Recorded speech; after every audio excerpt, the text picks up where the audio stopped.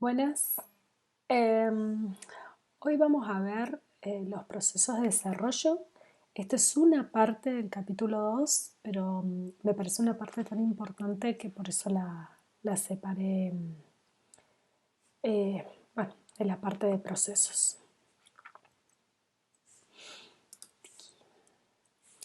Bueno, esto ya lo hemos repetido, pero me gustaría enfatizarlo, cosas que les quede grabados en su memoria.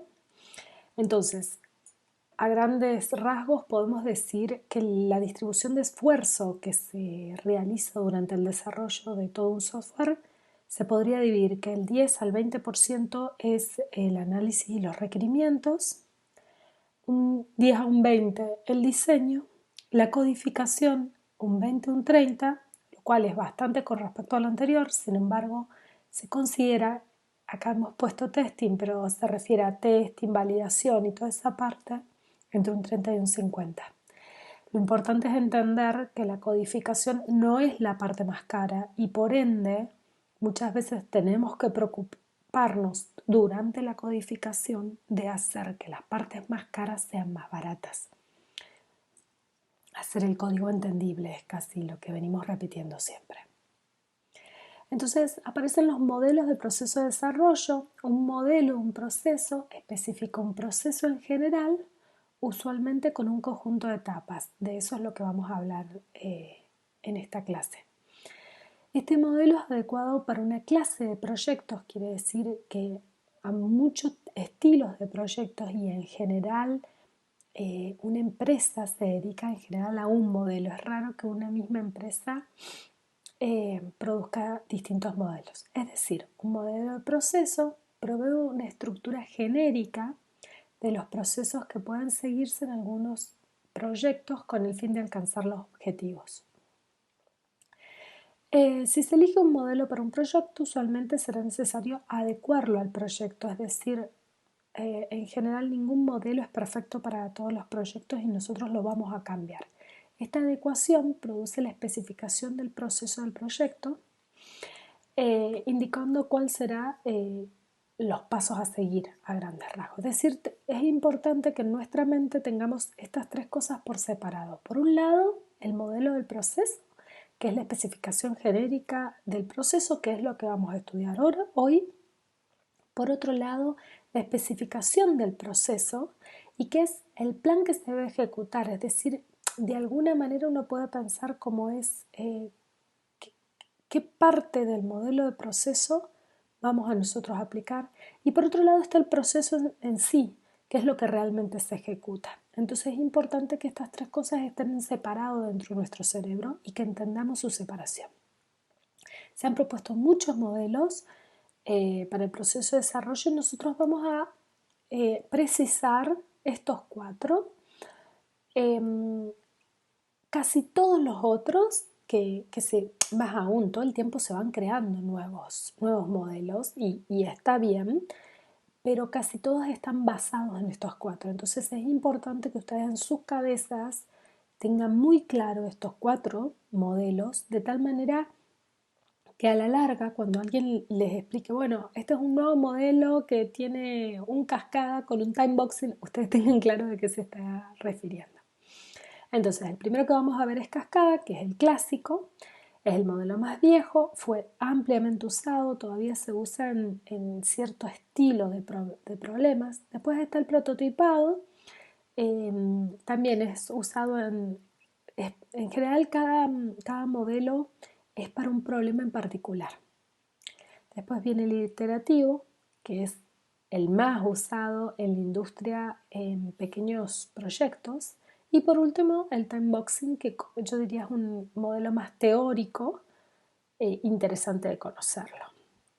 El modelo cascada, la idea es que la secuencia inicial de las distintas fases son análisis de requerimientos, fíjense que ahí estamos hablando de análisis y especificación de requerimientos, diseño de alto nivel, diseño detallado, codificación, test e instalación. De alguna manera yo he presentado o voy presentando la materia siguiendo este modelo, porque me parece que es un modelo eh, fácil de entender, cómodo de entender. Una fase comienza solo cuando la anterior finaliza, es decir, es bien clara, después voy a hablar de esto. Y lo interesante es que esta división clara que tiene en fases permite que cada una de ellas se preocupe por cosas diferentes, es decir, que tengan distintas incumbencias. Estéticamente podemos dibujarlo así, que acá estamos diciendo, que hay un orden lineal de las acciones y ese orden tiene una consecuencia. Acá está presentado de la manera que, primero, de esto no hemos hablado mucho, pero se supone que cuando uno le plantean un problema, uno hace un análisis de las posibilidades de resolver ese problema y hay una validación de que sea cierto que sí es posible o no de resolverlo, y si es el feasibility, es decir, de la asibilidad de alguna manera sería la traducción. Bueno, uno dice, bueno, sí, paso entonces a la etapa de requerimientos y análisis. Ahí también hay una etapa de validación, es decir, esta separación de incumbencias en fases bien claras nos permite una validación de cada una de esas fases. Fíjense en que cada liñita, cada flechita de estas que van de una box a la otra box nos dice específicamente cuál es la entrega de la fase anterior. Entonces, desde requerimientos y análisis tenemos el documento de requerimientos y supuestamente ya un proyecto de cómo va a ser el plan, un plan del proyecto, ¿sí? Y de ahí iríamos a una parte de diseño con su propia validación. Una vez que tengamos este diseño, que se supone, acuérdense que esta es la etapa donde hemos analizado distintos diseños, qué sé yo, vamos a un diseño más detallado, es decir, un diseño más cercano al código. También hay una etapa de validación. Con el diseño detallado, con este documento de diseño detallado, nos iríamos al código, donde también tendría su etapa de validación, y una vez teniendo los programas podríamos planear el testing y los testing de integración, los testing más grandes, que lo que abarcarían todo, y una vez teniendo el plan del test se iría a una instalación con los reportes de problemas o no que hubieron y después, bueno, a una mantención, ¿no?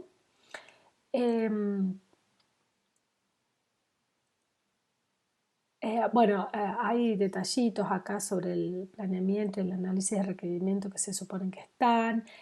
Como les dije, una de las ventajas que tenemos es que en cada etapa en cada fase está claramente una etapa de verificación y esa es la etapa donde se supone que encontramos errores, idealmente solo de esa fase. Y bueno, y en todas es importante que tengamos eh, este, que cada etapa produzca un delivery, una cosa que se le entrega a la otra etapa, a la cual se la cuidó de que el producto de trabajo debería ser que uno le hizo una validación, uno está seguro de que eso está bien hecho de alguna manera y que esté bien definido. Bueno, el modelo de cascada entonces, lo que produce, lo que entrega de fase en fase, podríamos decir que es lo primero la SRS, después un plan del proyecto, después los documentos de diseño, donde metemos arquitectura, sistema y diseño detallado, es decir, los 3 diseños. Luego un plan del test y reportes del test. Fíjense, esto es muy importante lo de los reportes porque puede ser de que a esta altura hayamos encontrado algo que por alguna razón uno decidió dejarlo o, por ejemplo, en el reporte del test uno podría mostrar qué es lo que se testeó y qué es lo que se supone o cómo se testeó. Uno puede a veces encontrar con el mismo test, pero en circunstancias distintas, que los resultados sean distintos. Entonces, de vuelta, para echar culpa. Después el código y después los manuales de todo el software. Y por otro lado, existen también reportes de las revisiones que se hicieron en cada una de esas fases, reportes de estado, etc. ¿Cuáles son las ventajas de este modelo? Número 1, es conceptualmente simple, es muy fácil de explicar a otra persona. Divide claramente el problema en distintas fases que pueden realizarse de manera independiente. Acuérdense que siempre tratamos de separar el problema en pedacitos que sean independientes entre ellos, no solo para que no nos traigan problemas a la hora de modificar uno de ellos, sino también para que puedan resolverse independientemente. Es un enfoque muy natural, por ende fue de los primeros enfoques que se hicieron y es fácil de administrar. La administración de un proyecto de este estilo es muy automática. ¿Por qué? Porque existen las fronteras bien definidas entre cada fase. Bueno, ahí está puesto más, pero en general, entonces el modelo de cascada, entonces tenemos una etapa de requerimiento, de diseño, de implementación, de verificación y de mantenimiento. Esto es lo tradicional, que una vez que pasamos a la etapa siguiente, no nos movemos de ahí.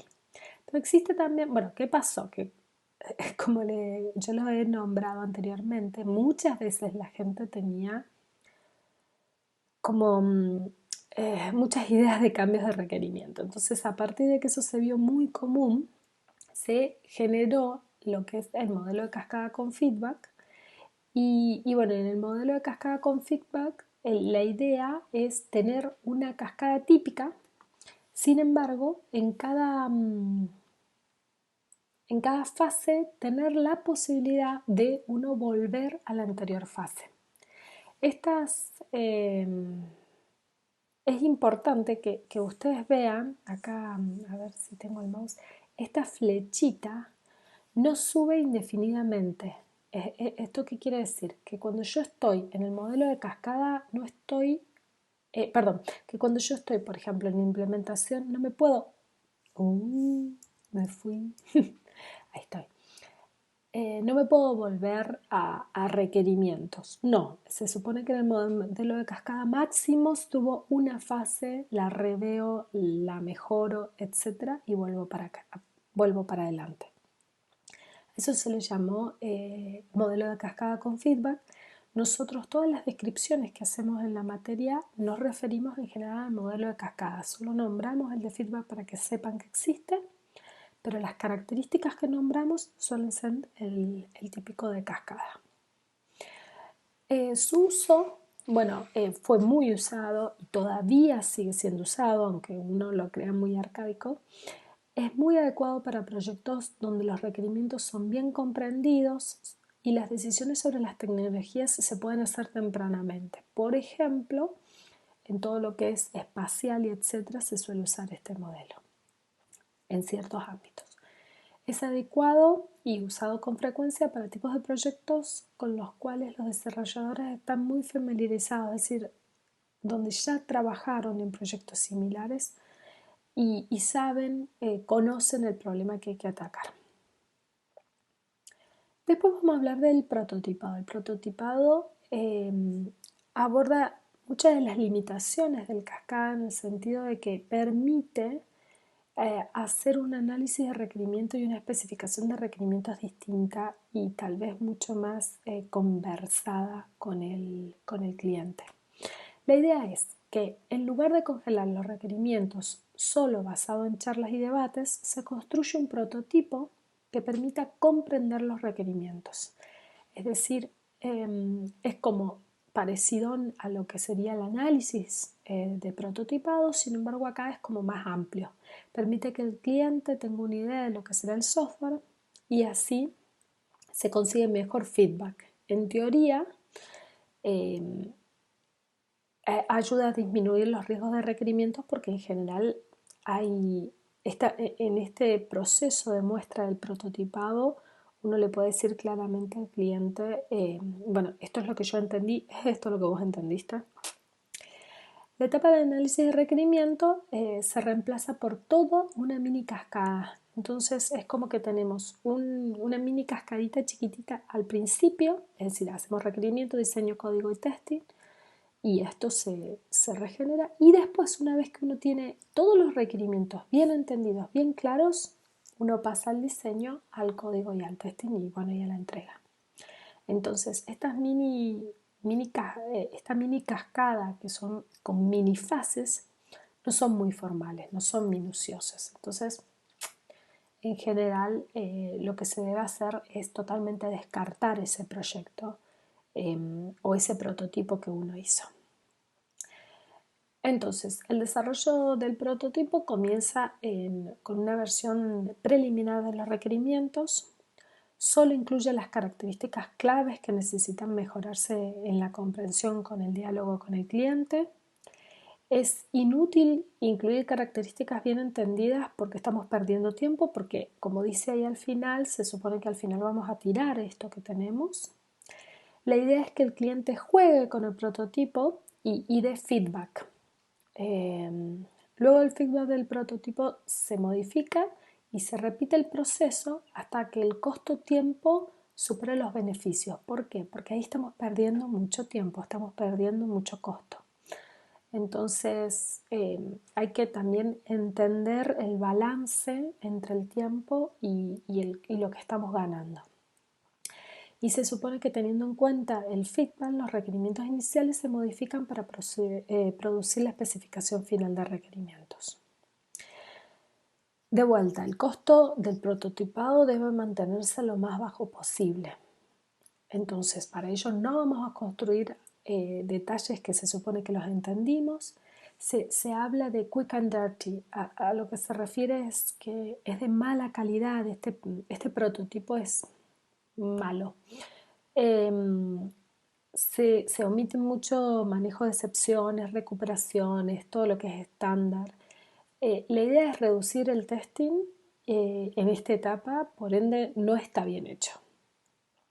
Y en teoría uno debería analizar qué porcentaje económico está perdiendo en esta mini cascada. Por otro lado tiene sus ventajas. En general tiene unos requerimientos bien estables que la gente ya sabe, entiende bien qué es lo que se le va a dar y eso está bueno. Los requerimientos se congelan un poco más tarde, entonces hay una etapa de entendimiento de lo que uno quiere. Por otro lado, la experiencia que tomaron los desarrolladores al construir este prototipo también les da a ellos una idea de lo que va a ser a futuro, por ende está bueno como experiencia. La desventaja es que en general es costoso en tiempo y es costoso en plata. Bueno, todo lo que es costoso en tiempo lo es en plata. Y la aplicación es cuando los requerimientos son difíciles de determinar y la confianza en estos requerimientos es baja. También se hace muchas veces para cuando uno está haciendo algo demasiado nuevo, algo demasiado osado y quiere ver qué onda, cómo andan las cosas o qué cosas se podría llegar a hacer. Desarrollo iterativo, bueno, yo acá voy a decir las cosas a grandes rasgos de lo que es un desarrollo iterativo. Ustedes es el que van a hacer en el proyecto, así que van a tener más insight de lo que es un desarrollo iterativo. En teoría aborda el problema del todo nada, que ese es el problema que tiene Cascada, que cuando o lo hicimos todo bien o hicimos para todo mal. Combina los beneficios del prototipado y del Cascada por la incrementalidad que tienen las cosas. El desarrollo y entrega del software es incremental, es decir, que se va haciendo de a poquito se desarrolla y todo el tiempo se va entregando. Cada incremento es completo en sí mismo, es decir, se supone que en cada iteración que hacemos lo que entregamos es un software completo hasta ese estado, pero completo, no debería tener, por ejemplo, botones que existan y que no hacen nada. No va a aparecer directamente ese botón. Provee un marco para facilitar el testing y bueno, esto es porque se supone que está acotado lo que uno tiene que testear y la idea es que en este tipo de desarrollo uno tenga automatizados todos los tests previos. Entonces cada vez que uno hace un poquito más, automatiza los tests anteriores como para chequear que no haya roto nada y después solo hace test de la parte nueva que va generando. Hay una manera de que uno lo puede entender en su cerebro como si fuera una secuencia de distintas cascadas. Y lo interesante es que el feedback de una iteración puede usarse en iteraciones futuras. Es decir, ese es el objetivo. Bueno, eh,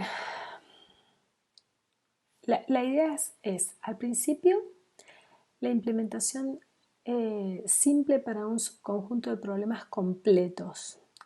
¿Qué se refiere a esto? Bueno, lo que se hace es crear una lista, la LCP, una lista de control del proyecto que contiene un orden. Es muy importante el orden de esa lista y que tiene las tareas que se deben realizar para lograr la implementación final, el total.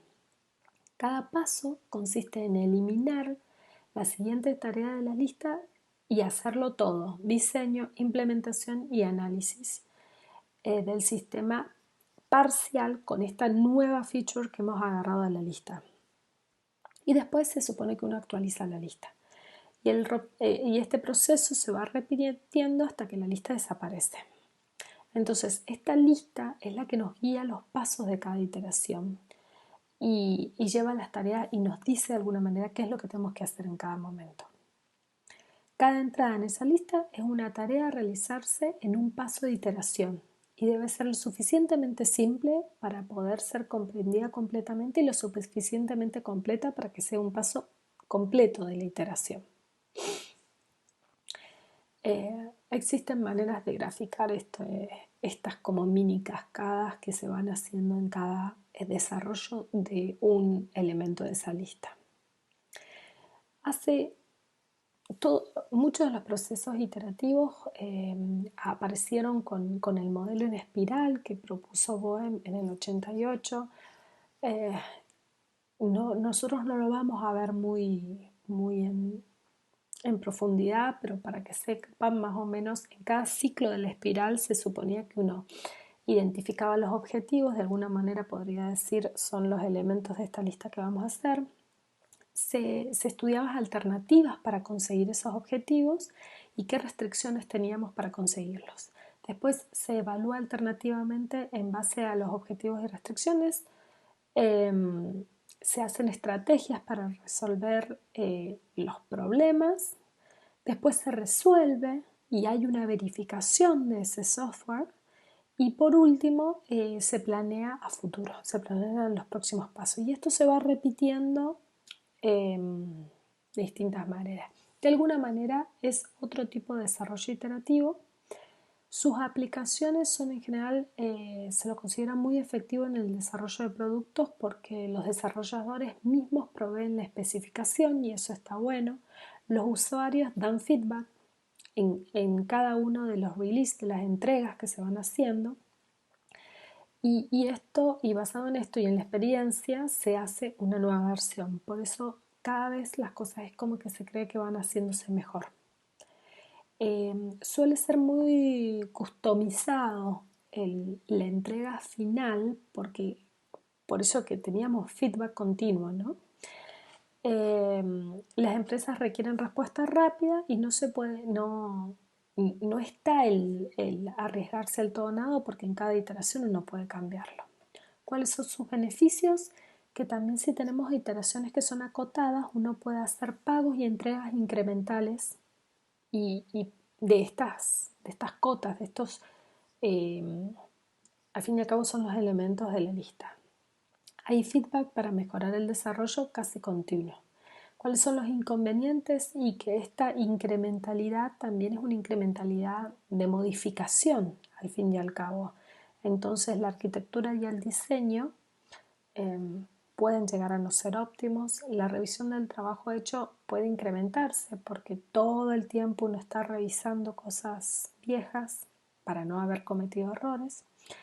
Y en realidad puede suceder que el costo total del proyecto sea mayor.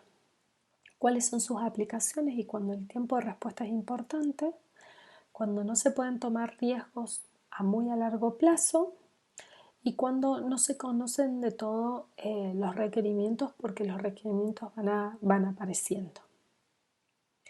Existen lo que se llaman nuevos enfoques que no son tan nuevos, Pero bueno, para que sepan de su existencia, existe el Extreme Programming, el Test Driven Development, el desarrollo ágil y el proceso unificado.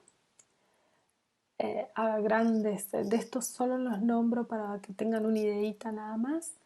En el Extreme Programming la idea era hacer programación de apartes, es como el, el boom para hacer desarrollos iterativos. Lo otro que tenía el Extreme Programming es que planteaba mucho code reviews, es decir, creo que está mal escrito ahí, review, se lo voy a arreglar para la próxima. Y hacer mucho unit test.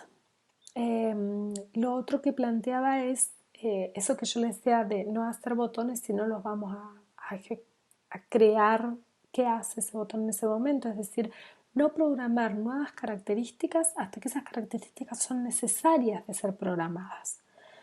También tenía una clara visión de simplicidad y claridad de código, eh, también pensando en que el código a la larga va a ser más leído que ejecutado. Eh, Entender que los cambios de requerimientos van a venir, no esperar que no vengan, y también tener una muy fluida comunicación con el cliente, y no que la comunicación termine al estilo cascada solo en las primeras etapas del proceso, sino durante todo el proceso. Em, bueno, el Test Driven Development ya lo vimos, son cosas que aparecieron con todos estos modelos más modernos. Después tenemos el desarrollo ágil. Bueno, el desarrollo ágil de alguna manera se le llama a todas estas iterativos de los cuales nos estamos hablando.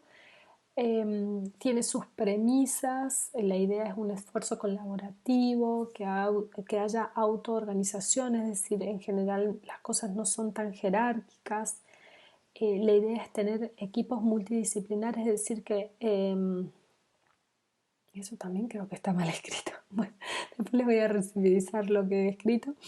Pero la idea es tener que en los grupos no hayan personas todas de la misma área. Por ejemplo, si pensáramos en el proyecto, sería gente del back, gente del front, todos trabajando a la vez. Tener planes de las cosas totalmente pensando que van a ser cambiados, totalmente adaptativo, evolucionado, que las cosas evolucionen. Hacer entregas de a poquito, cuanto antes esté listo algo, entregarlo para que sea criticado o para que haya que hay que mejorar. Tener todo el tiempo la idea de que vamos a mejorar en la próxima etapa, aprender de los errores y tener una flexibilidad continua hacia cambios de cosas que sabíamos que iban a cambiar y cambios de cosas que no sabíamos cambiar, que no sabíamos que iban a cambiar. También está lo que se llama el proceso unificado, que la idea es un estilo de proceso que así está generado por la SRS y sus casos de uso. Es como que uno en cada iteración de alguna manera elige un set de casos de uso que va a implementar. Y bueno, también está enfocado mucho a los riesgos, a preocuparse porque las cosas no fallen a la larga. Por último, otro de los que van a escuchar mucho, se podría decir que es algo así como lo que ustedes van a hacer durante el proyecto, es lo que se le llama el Scrum, y el Scrum tiene como sus puntitos ya bien definidos. La idea es hacer entregas parciales y regulares del producto final. Es usado donde las necesidades de tener resultados prontos son muy altas, donde los requisitos van a cambiar o son pocos definidos al principio y donde hay mucha rotación del personal dentro de un proyecto, dentro de una empresa. Es ejecutado los bloques temporales y cortos y fijos tienen, bueno, eso por supuesto va a ser modificado con respecto al proyecto, pero en general tiene claramente qué cosas se hace por semana y qué cosas se hace por mes, y cada iteración proporciona un resultado completo, eh, típico del iterativo, con incrementos del producto final. ¿Cuáles son las actividades típicas del Scrum? La planificación de la iteración, la ejecución de ella y la inspección y adaptación. En general, la planificación se hace por día. Esto no sucederá dentro del proyecto porque ustedes no tienen todos los días para trabajar en ingeniería, aunque estaría bueno. Se hace selección de los requisitos, el cliente presenta al equipo la lista de requisitos priorizada, la LCP que habíamos visto antes. Se aclaran y se seleccionan los requisitos prioritarios a completar en esa iteración en particular y se hace una planificación. El equipo elabora la lista de tareas para desarrollar los requisitos, es decir, para resolver ese problema que queríamos resolver. La especificación del esfuerzo se hace de manera conjunta, es decir, muchas veces cada persona dentro del grupo dice, bueno, yo me puedo hacer cargo de esto, yo me hago cargo de esto otro, entonces cada persona de alguna manera es como que se auto manda qué va a hacer y eso ha traído muy buenos resultados, a diferencia de que alguien venga y te diga, hace esto, no, cada persona dice, yo voy a hacer esto. Después viene la ejecución de la iteración. Y acá en general hay reuniones de sincronización. En estas reuniones cada miembro del equipo inspecciona o de alguna manera tiene idea de lo que está haciendo el otro miembro. Eh, y, por, y por ende hay como una comunicación tan fluida entre las personas que están trabajando que en general puede haber una adaptación, que es lo bueno.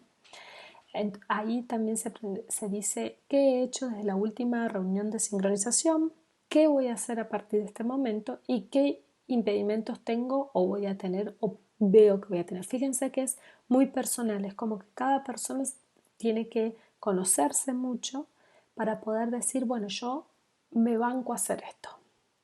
Después existe el concepto del Scrum Master, que en general es una persona que se encarga de que el equipo pueda cumplir con los compromisos que agarra, que el equipo sea productivo.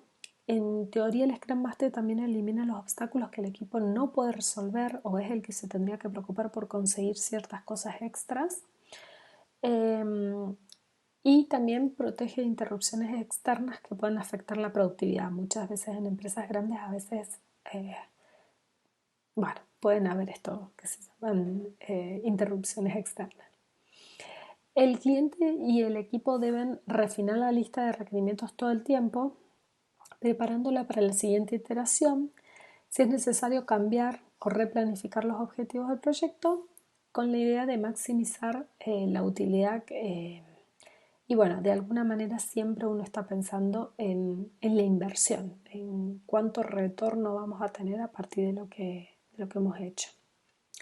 También existe una inspección y adaptación que se supone que se hace al final de una iteración.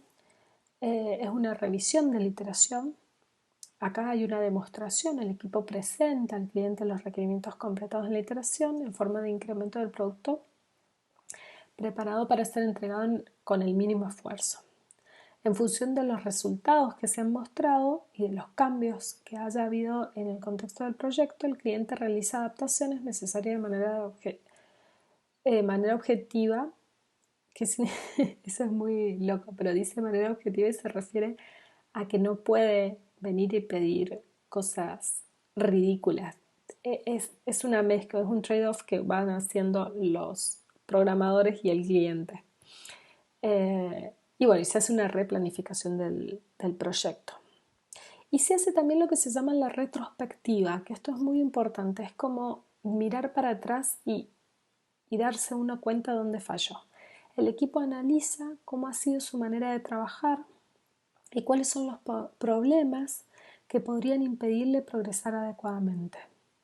El Scrum Master encargará de ir eliminando los obstáculos identificados, es decir, el Scrum Master es el que tiene que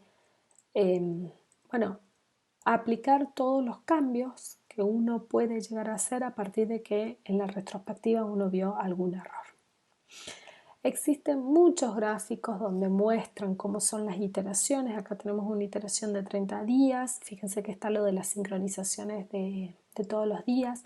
También en general esto está muy medido en tiempos. Es decir, si nosotros vamos a hacer una reunión todos los días para hablar de lo que hicimos ayer, de lo que vamos a hacer hoy, etc., es importantísimo la durabilidad de esa reunión. Se dice, por ejemplo, que fíjense que si necesitamos una reunión diaria de 15 minutos, también eso habla de la cantidad de personas que podrían estar dentro trabajando en cada iteración.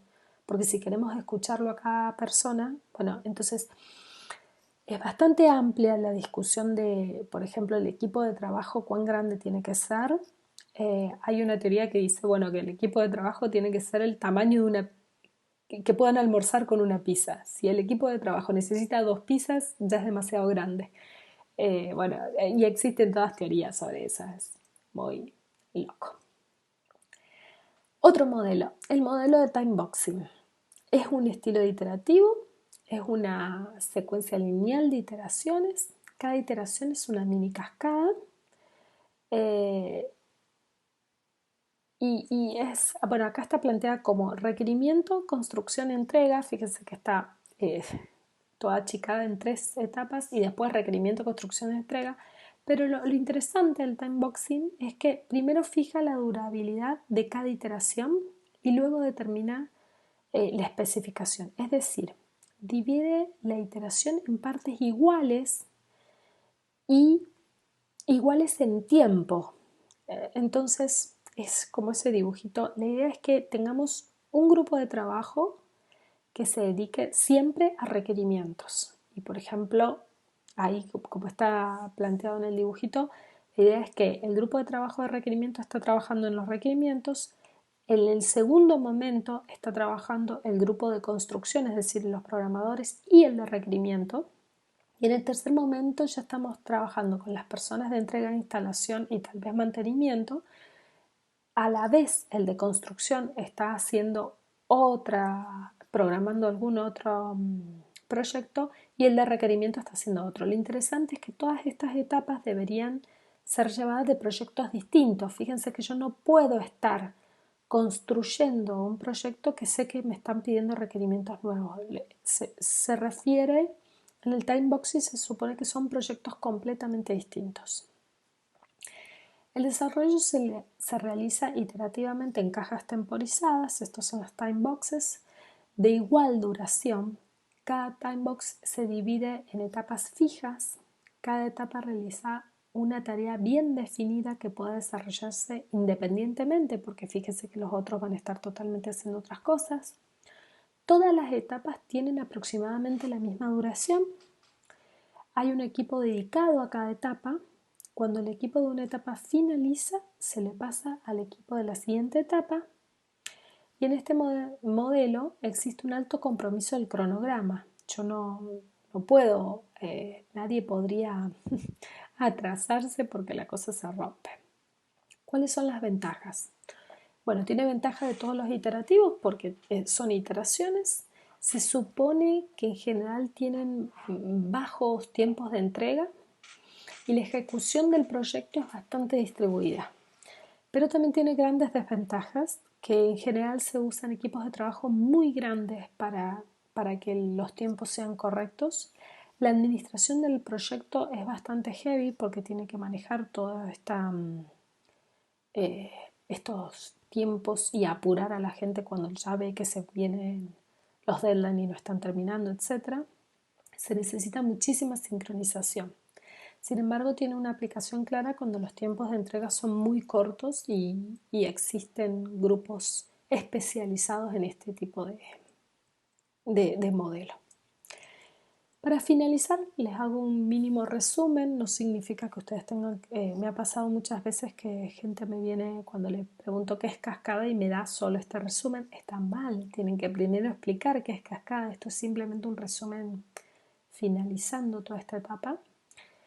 Entonces, cascada tiene fortalezas, debilidades y aplicación. Vamos a hablar de los 4 tipos y para cada uno estas 3 características. Fortaleza es simple, es fácil de ejecutar. Es bastante intuitivo, es lógico, es conocido.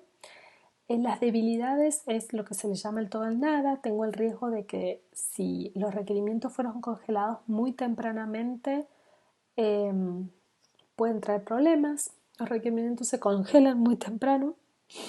Pueden escoger, perdón.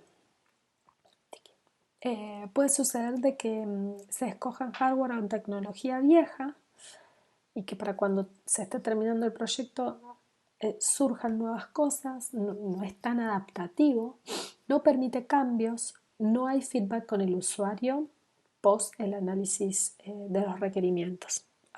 Perdón.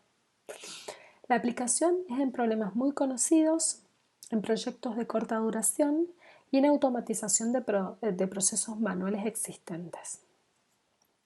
Prototipo. Bueno, sus fortalezas son que ayuda a la recolección de requerimientos, porque el prototipo nos ayuda a entender mejor los requerimientos, por ende reduce el riesgo de que los requerimientos estén equivocados.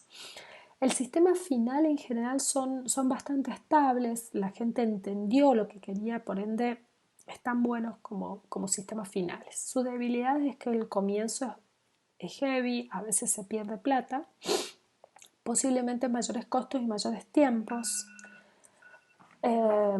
Y no permite cambios tardíos, discúlpenme. Y en la aplicación, sistemas con usuarios novatos, cuando la gente no ha hecho, yo no sé si diría usuarios novatos o por lo menos usuarios en esa área novatos, cuando hay mucha incertidumbre en los requerimientos y cuando las interfaces con el usuario son muy importantes. Muchas veces cuando la estética de lo que uno está haciendo pasa a ser importante, es importante que el usuario haya visto o tenga claramente visto cómo va a verse ese programa en particular. Después viene el iterativo, que como sabrán es el que se usa hoy en día para ciertas áreas o para empresas pequeñas y medianas, y que tiene de fortaleza que existen las entregas regulares y en general se las considera rápidas, que reduce los riesgos, que acepta los cambios naturalmente, que permite feedback del usuario y que prioriza los requisitos. ¿Cuáles son las debilidades? Bueno, que hay una recarga del planeamiento, hay un posible incremento del costo total porque puede suceder de que una etapa rehaga lo que otra etapa hizo. Sin embargo, a la larga, por algo se hace ese cambio. Y lo que tiene realmente peligroso es que la arquitectura y el diseño pueden ser afectados con el tiempo y a veces se necesita de refactorización y cosas por el estilo, que es tiempo. ¿Cuáles son sus aplicaciones? Para empresas donde el tiempo es esencial, donde no se puede enfrentar riesgos de proyectos muy largos y cuando los requerimientos son desconocidos y solo se comprenderán con el tiempo. Por último, el timeboxing, la fortaleza, bueno, tiene es un iterativo, por ende tiene las fortalezas del iterativo.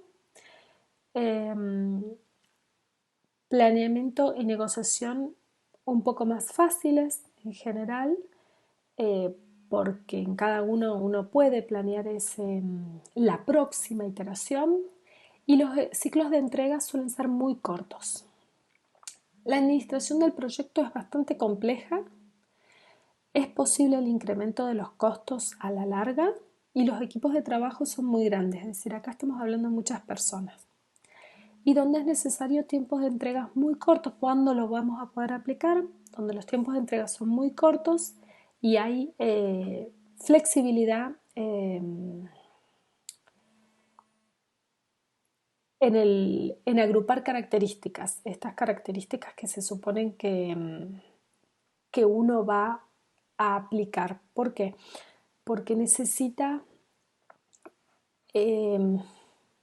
muchas veces, si uno está pensando en un iterativo normal, un elemento de esta lista puede que sea demasiado corto o demasiado largo para el tiempo fijo que plantea el timeboxing. Entonces a veces necesitamos esta flexibilidad de poder agarrar muchos elementos de la LSP